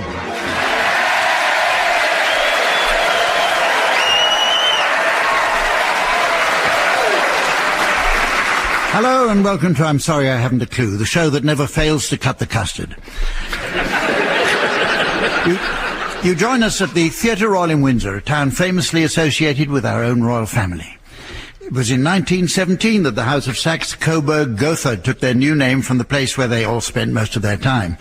So, by the same tradition, when Sarah Ferguson married Prince Andrew, she naturally assumed the title Duchess of Airport. Windsor Castle receives thousands of visitors each year who marvel at the recently completed restoration work undertaken painstakingly by a team of experts who took several months to work out the Latin for "in case of fire, break stained glass here." For the finest view, the famous round tower is best approached through Henry VIII's gateway, skirting by Queen Mary's Budgeons and popping into James II's Tesco Metro. But Windsor has more to offer than just obviously popular attractions. Indeed, there are today several often ignored sights, completely unspoilt by endless queues of eager faces. Let me point out 4 of them. On my left, Barry Cryer and Graham Garden.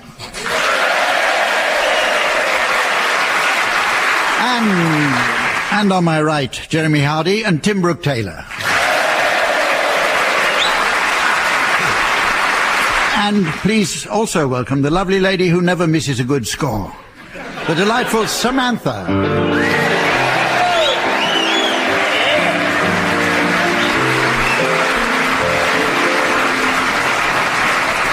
Okay, we start with a game called Undelivered Mail from History. This should prove most popular, although there's little hope of its becoming as popular as the one called Undelivered Mail from Reader's Digest. I'd like you please, teams, to suggest the contents of letters that might have changed the course of history had the Postal Service not failed that day. Barry, will you start, please? Undelivered to Edward VIII. Don't abdicate, she's a man. Tim. Dear Lord Irving, there's bargains galore this Easter at B&Q.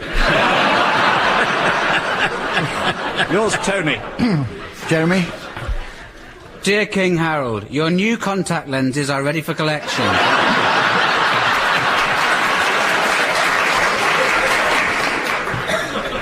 And Graham. This is one from Emperor Hirohito to the Joint Chiefs of the Imperial Staff. Correction to previous letter should have read, I want to take out Pearl Bailey.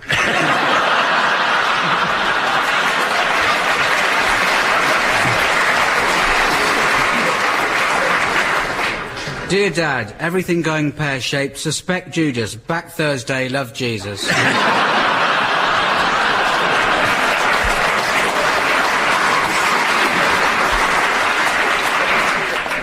Dear St. Paul, will you stop writing to us? Dear Nelson, see you in my cabin during the battle. Lots of love, Captain Jeremy Hardy. One from the Department of the Environment. Dear Noah, the emission of methane gas from your enormous menagerie could have catastrophic effects on the climate.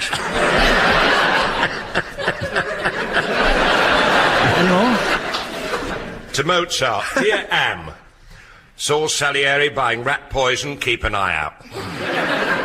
Always finish on an anticlimax. OK, then. I found one here.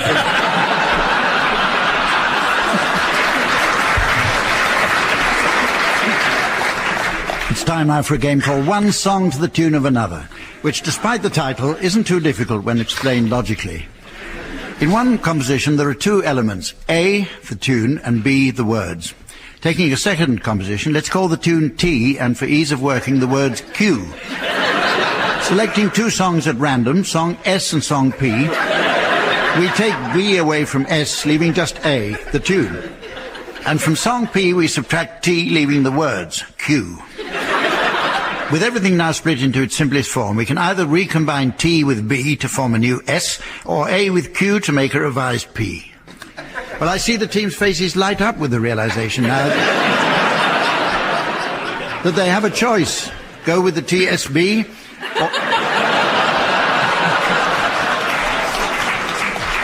or join AQ for another P.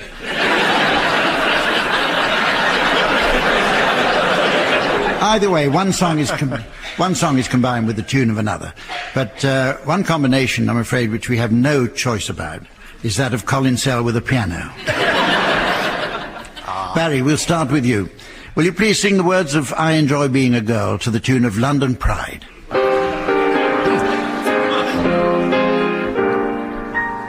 I'm a girl, and by me that's only great. I am proud that my silhouette is curvy, that I walk with a sweet and girlish gait, with my hips kind of swivelly and swervy. I adore being dressed in something frilly when my date comes to get me at my place. Out I go with my Joe or John or Billy, like a filly who is ready for the race. When I have a brand new hairdo, with my eyelashes all in curl, I float as the clouds on air do. I enjoy being a girl.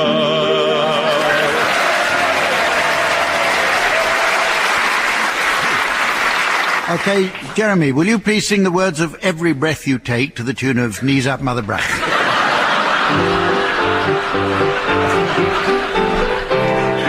Every breath you take, and every move you make, every bond you break, every step you take, I'll be watching you every single day, and every word you say, every game you play, every night you stay, I'll be watching you. Oh God, you see that you belong to me, my poor heart aches with every step you take, every move you make, and every vow you break. Let's have your glasses, please. What you do?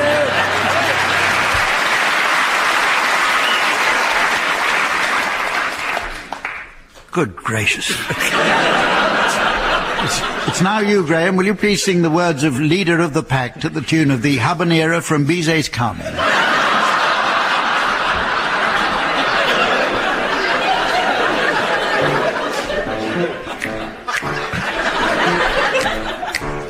I met him at the candy store. He turned around and smiled at me. You get the picture? Yes, we see. That's when I fell for the leader of the pack. My folks were always putting me down. They said he came from the wrong side of town. They told me he was bad. I know he was sad. That's why I fell for the leader of the pack. One day my dad said find someone new. I had to tell my Jimmy we are through. He stood there and asked me why, but all that I could do was a cry.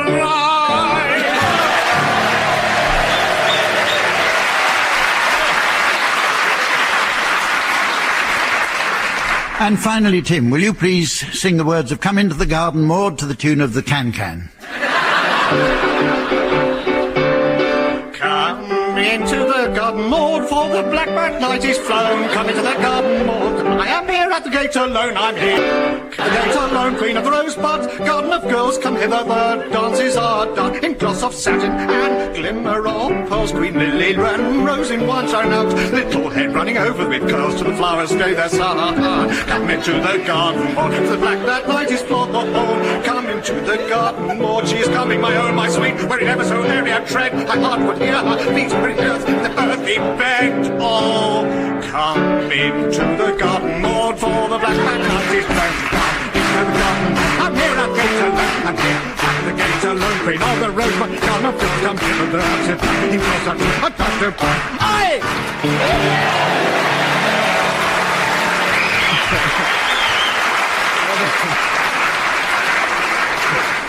Okay, the next round is called Straight Face. It's specially named in tribute to the wonderful audience we have here in the theatre. The object of this round is for our teams to take it in turns to come up with certain words on a given subject which will produce absolutely no laughter. The slightest titter, and that person is out. And that's not just out of the game, it's out of the theatre.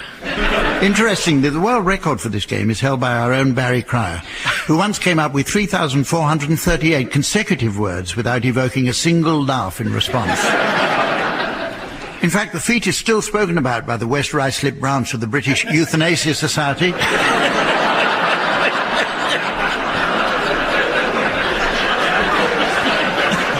For whom he was providing the after-dinner speech. Okay, teams, I'd like you to exchange your unfunny words, please, on the subject of the countryside. Jeremy, will you start, please? Silage. Hound. Hunt. Mulch. Style. Blood. Rape. Subsidy. Inbreeding.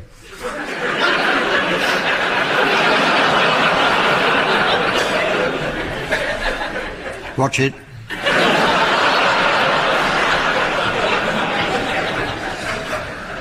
Aldridge. Newts. Laugh there. Oh. What? Somewhere in Slough? Definitely. Listen, my decision is final. You're out, Tim. Okay, carry on, whoever's next. Bullock. Set aside. Dung. Heifer. Cousins.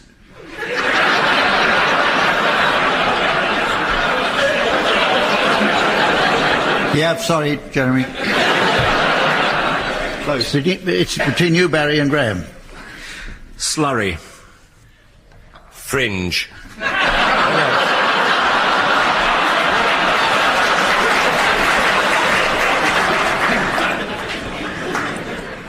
Well, we must move on.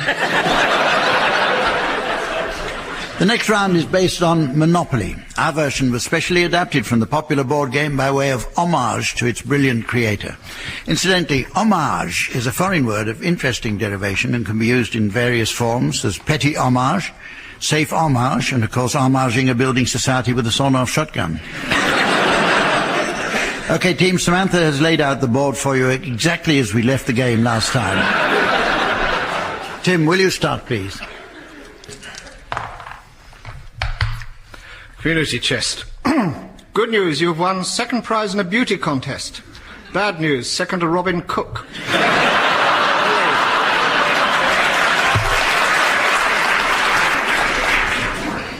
Graham? Oh, the master. Luck be a lady tonight. Whoa, two the hard way.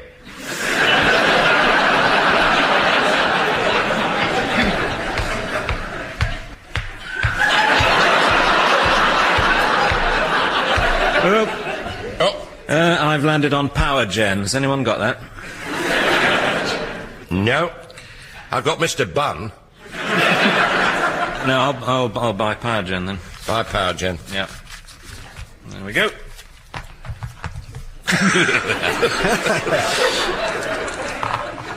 Oh, right.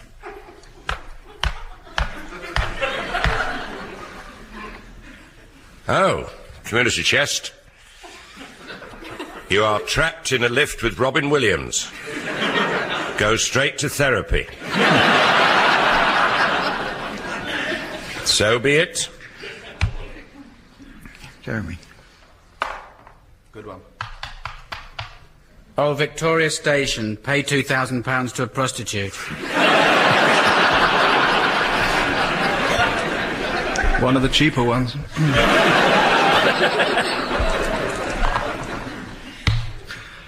Go back to the old Kent Road where you belong, you cockney tosser.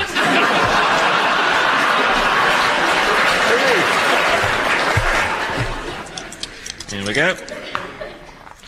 17.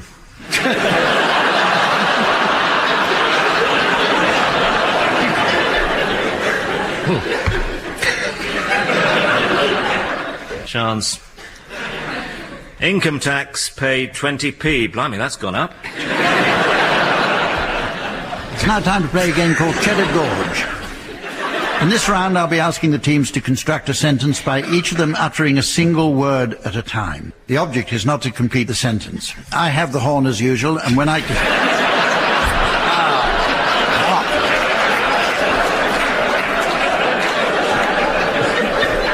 And when I consider a sentence has been completed, teams, you'll hear this.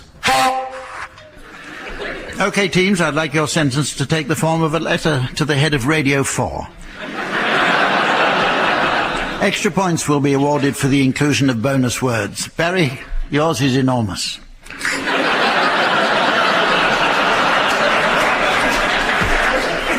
Jeremy, yours is inspired. Graham, yours is breathtaking. And Tim, yours is outstanding. On a cold day, too. OK, Graham, will you start, please? Why? Oh. Why? Why? Oh. Why? Why Is the schedule so outstanding and inspired? Yeah, that completed a sentence. God knows what happens now. Carry on, Graham. Many of the listeners thought you were out. Oh. Wait a minute, it doesn't say anything Nobody about... said he was out. That's the last game. He doesn't go out.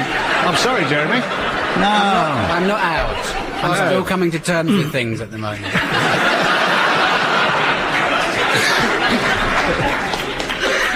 Well, many of the listeners are hoping to engage you in some productive debate on enormous matters.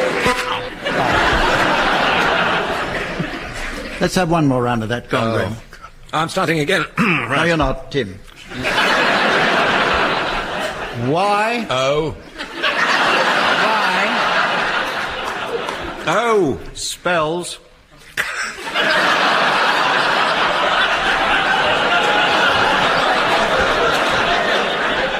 Something beginning with the letter. Why? Right.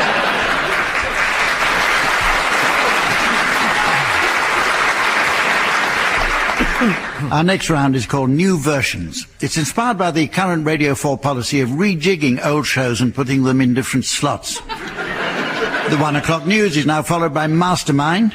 Round Britain quiz can't be followed by anyone.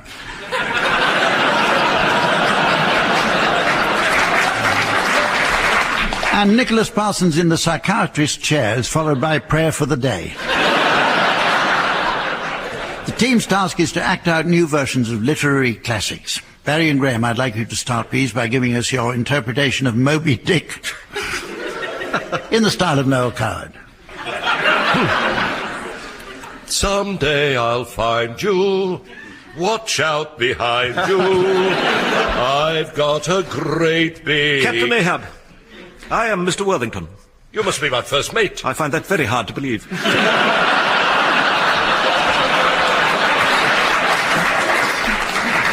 Nevertheless, call me Ishmael. What a pretty name. Thank you. Are you afraid of Moby Dick? Not at all. I always take precautions.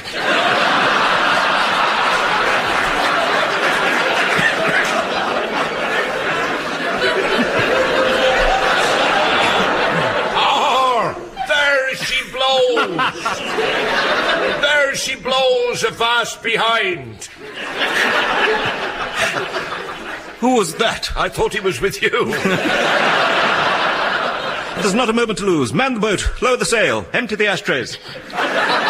Quick, pass me that long pointed thing and join me in a foxtrot. Gladly, but why? It only harpoons when I dance with you.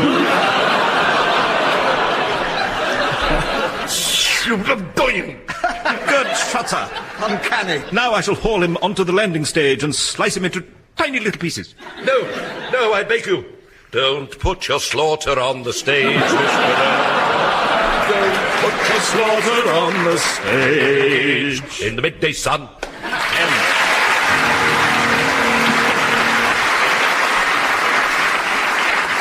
Your turn now, Tim and Jeremy. Let's hear your new version of Macbeth in the style of MasterChef. Well, tonight we have 3 contestants. Which one are you? No, I'm which two? Oh, I see, Arthur, I see what you mean. And who you may ask? I'm Thane of Cawdor and Bane of Pronunciation. I'll be making braised tongue of dog with a coolie of eye of newt. Would you like a wee taste? Now, do I detect nose of Turk and Tartar's lips? Well, my mother slept about a bit, so it's possible. Now, what about dessert? Well, I was thinking of laying on a Macduff. I'm so glad that spotted dick is out of fashion. Out, damn spotted dick, out, I say. Is this a dagger I see before me? Oh, I thought you were just pleased to see me. Next week on Master McChef, a Danish theme, we'll be making omelette, prince of dishes. I see what you mean, that's awfully good.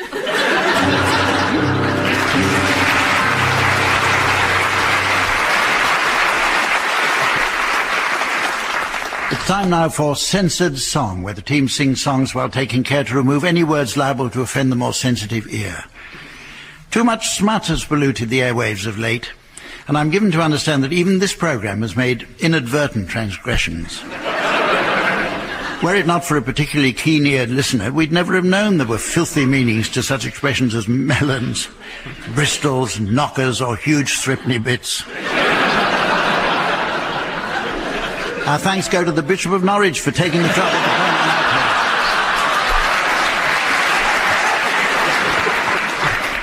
The songs will be accompanied on the piano by Colin Sell. Actually, we're all very excited for Colin, as he's been invited to play at a U2 gig. What great reunion dances those German submarine crews.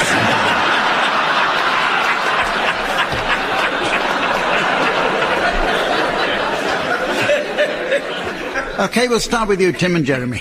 Will you please provide a censored version of Leaning on a Lamppost? Hey, I'm leaning on a lamppost at the corner of the street, in case a certain little lady comes. Oh my, I hope the little lady comes by. Don't know if she'll get. She doesn't always get. But anyway, I know that she'll try. Me. Oh my, I hope that little comes.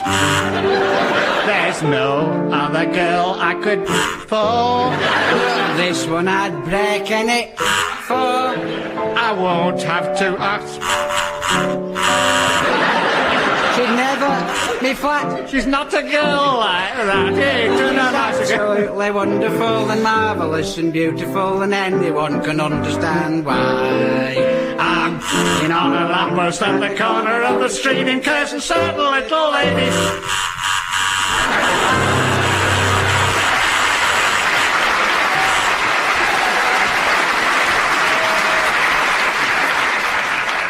OK, Barry and Graham, would you please provide your censored version of Whistle a Happy Tune?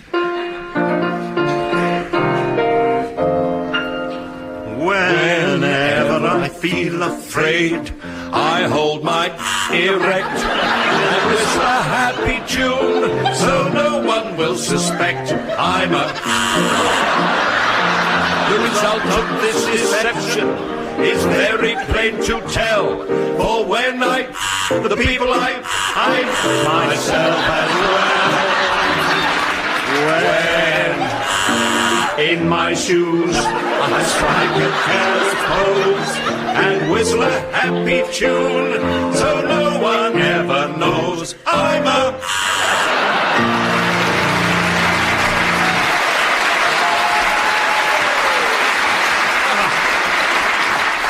Well, we're rapidly approaching the end of the show, but there's just time to fit in a round of Hairdressers Film Club.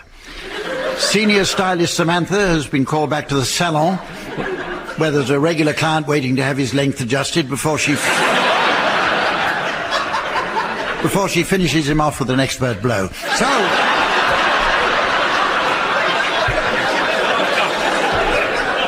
So while she does that, I'd like the teams to suggest titles of films that might suit an audience of hairdressers, barbers and the like. Barry, will you start, please? Die Hard, with the artist formerly known as Rinse. Something for the Lost Weekend.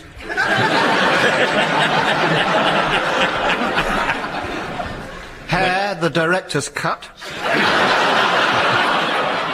The one you've been waiting for. Bring me the head and shoulders of Alfredo Garcia.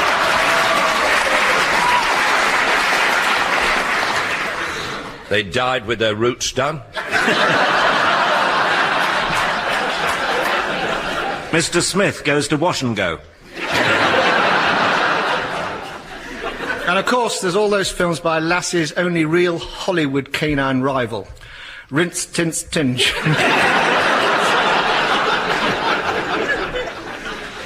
Terms of endearment. Quiff Vardis. Indiana Jones and the Last Pomade. Starring Sean Completely and Hair Extension Ford. Top Bun. And from Disney, Peter Pan Teen Pro V+. Well, as the scales of time are confronted by the Vanessa Feltz of eternity, and the cubicle of destiny is selected by the George Michael of fate, I notice it's the end of the show, so from Samantha, the teams, myself and the fine people of Windsor, it's goodbye. Barry Cryer, Graham Garden, Jeremy Hardy and Tim Brooke-Taylor were being given Silly Things to Do by Humphrey Littleton, with Colin Sell setting some of them to music. The programme consultant was Ian Pattinson and the producer was John Naismith.